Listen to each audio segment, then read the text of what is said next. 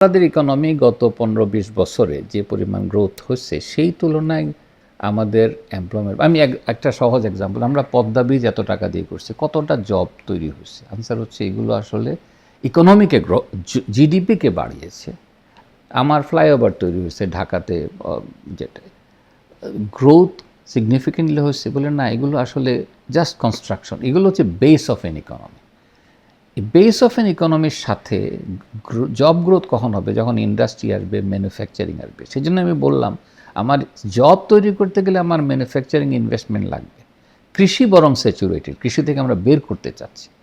তাহলে ম্যানুফ্যাকচারিং সেক্টরে যদি গ্রোথ না হয় তাহলে গ্রোথ হবে না। তো ম্যানুফ্যাকচারিং সেক্টরে গ্রোথ যদি আশা করি, গার্মেন্টস ইন্ডাস্ট্রিতে এখন যে গ্রোথটা হচ্ছে গত 10 বছর 15 বছরে 2014-2024 এই সময়ের মধ্যে যেটা হয়েছে সেটা খুব বেশি গ্রোথ হয় নাই।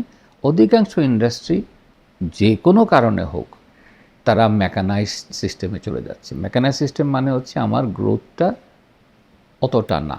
আমার রাফলি এখন বলি যে আমরা 1% গ্রোথ হয়েছে only in the employment of the garments worker, 1-2%। অথচ আমার আউটপুট বেড়ে গেছে 50%।